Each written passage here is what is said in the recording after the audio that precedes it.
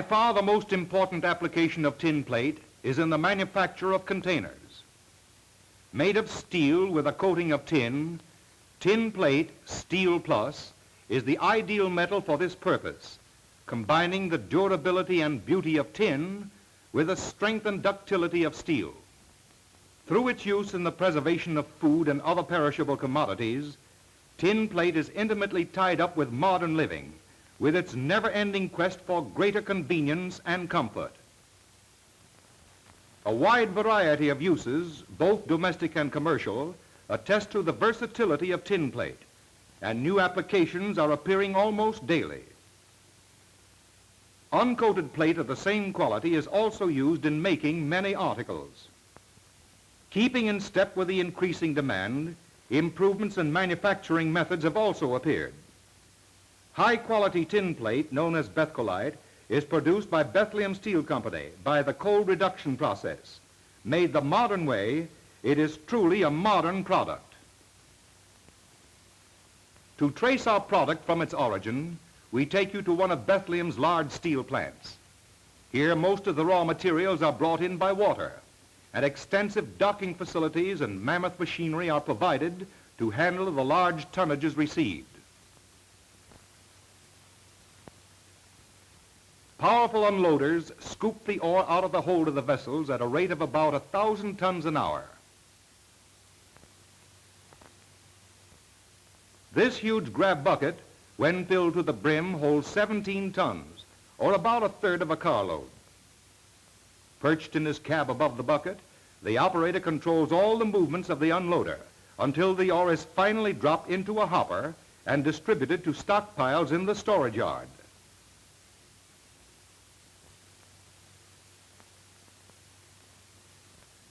Thousands of tons of ore in a variety of grades are kept on hand to ensure smooth and continuous operation of a large steel plant.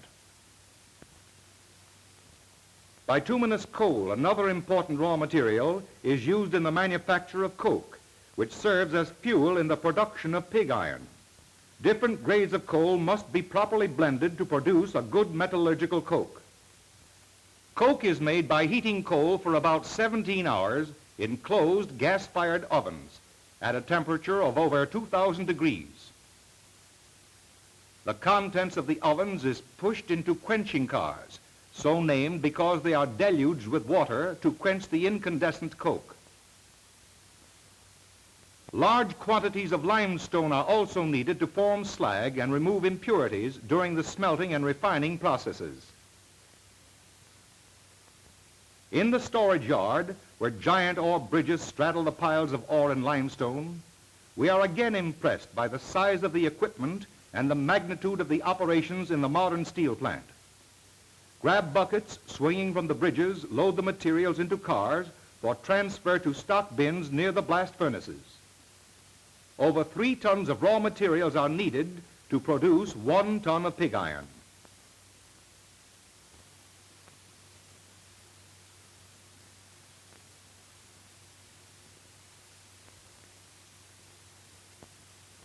Towering 100 feet above the ground, a blast furnace presents a striking silhouette against the sky. Here, pig iron is made. Small cars called skip cars travel up and down, pouring loads of iron ore, coke, and limestone into the hungry mouth of the furnace. During a 24-hour period, a large blast furnace consumes about 4,000 tons of raw materials.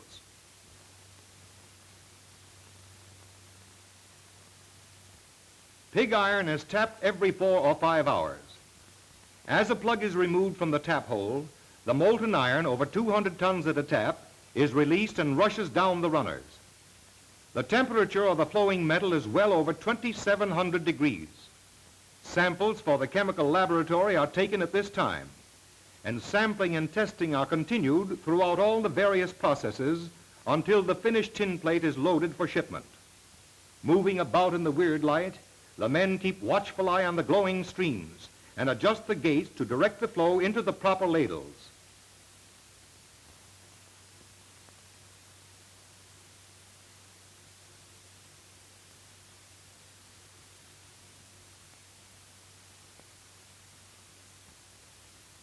The pig iron is not allowed to solidify, but is immediately transferred to the open-hearth department for refining into steel. The hot metal is stored in large brick-lined vessels called mixers, from which it is drawn as it is needed. An open-hearth furnace is charged with about equal amounts of pig iron and selected scrap. Limestone is also added to furnish a slag for the removal of impurities. It is truly fascinating to watch the skillful manipulation of the charging machine as box after box is deftly picked up and emptied on the glowing hearth.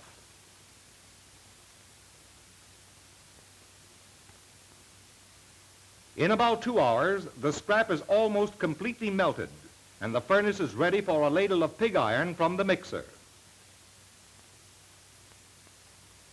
With showers of sparks producing a brilliant display, the molten iron is poured into the furnace to complete the charge.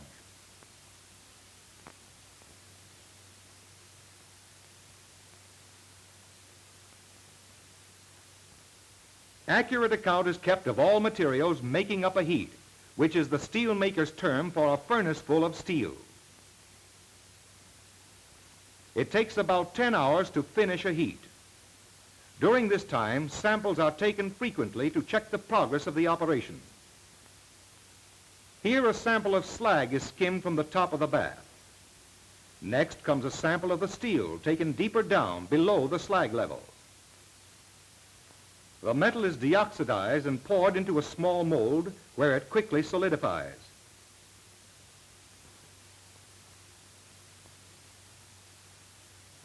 As soon as it is cold enough to handle, the test piece is removed from the mold and rushed to the chemical laboratory. Here, the sample is prepared for analysis. A supply of fine drillings, easy to weigh and quick to dissolve, is made ready in a few moments. Exact amounts of the drillings are weighed out on a sensitive balance and dissolved in acid.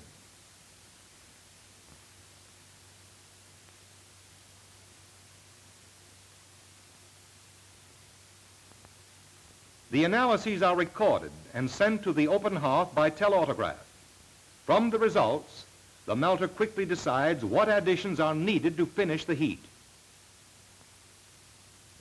In the meantime, preparations for tapping the furnace are in full swing. When these are completed, a husky crew wielding a long bar through the charging door pushes the plug out of the tap hole. Here is one of the most spectacular scenes in a steel plant. Throwing a tremendous shower of sparks, the steel shoots out of the tap hole and rushes into the huge ladle. A charge of nearly 200 tons, carefully nursed along for about 10 hours, is finally right and ready for action.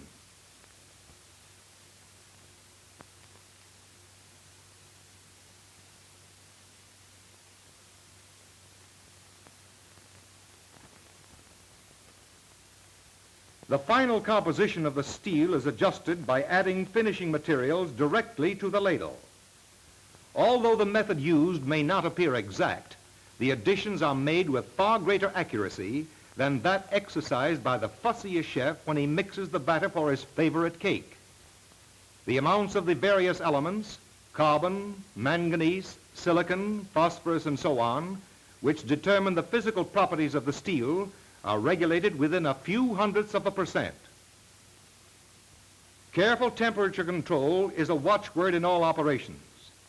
The metallurgical observer with his optical pyrometer is a familiar figure around furnaces and mills. The ladle used is large enough to hold the entire heat of steel.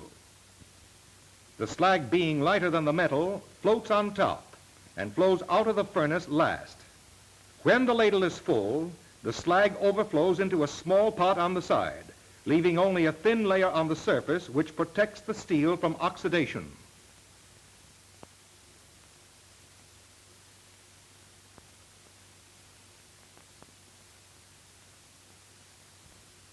Made according to specifications for quality tin plate, the steel is now ready to be teamed or poured into molds where it solidifies into large blocks known as ingots.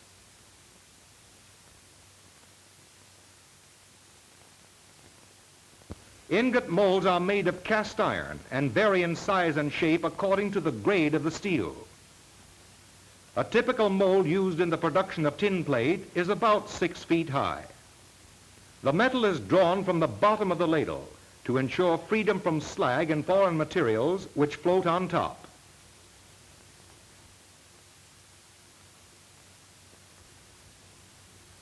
An observer again measures the temperature of the steel to check the readings taken during the tapping.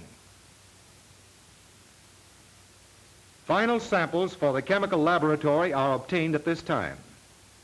From now on, the steel will be processed in the solid state so that no further adjustments in the chemical composition are possible. This sampling is not carried out until about half of the steel has been emptied from the ladle.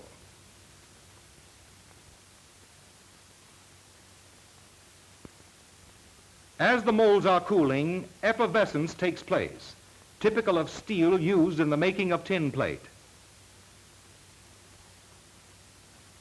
Powerful tongs lift or strip the molds from the ingots as soon as they have solidified. The ingots are then transferred to the blooming mill for rolling. During stripping and transfer, the temperature of the surface drops more rapidly than that of the center. To equalize this difference and to bring the entire mass to rolling temperature, the ingots are placed in pit furnaces called soaking pits. The heating or soaking must be slow and even, and the progress is checked repeatedly by pyrometer readings.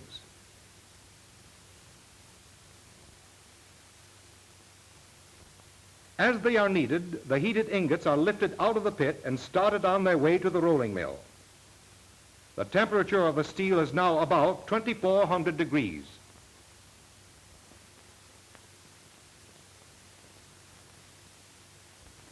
The first rolling is done in what is ordinarily known as a blooming mill. In the production of tin plate, however, this mill is generally referred to as a slabbing mill, as it turns out rectangular slabs.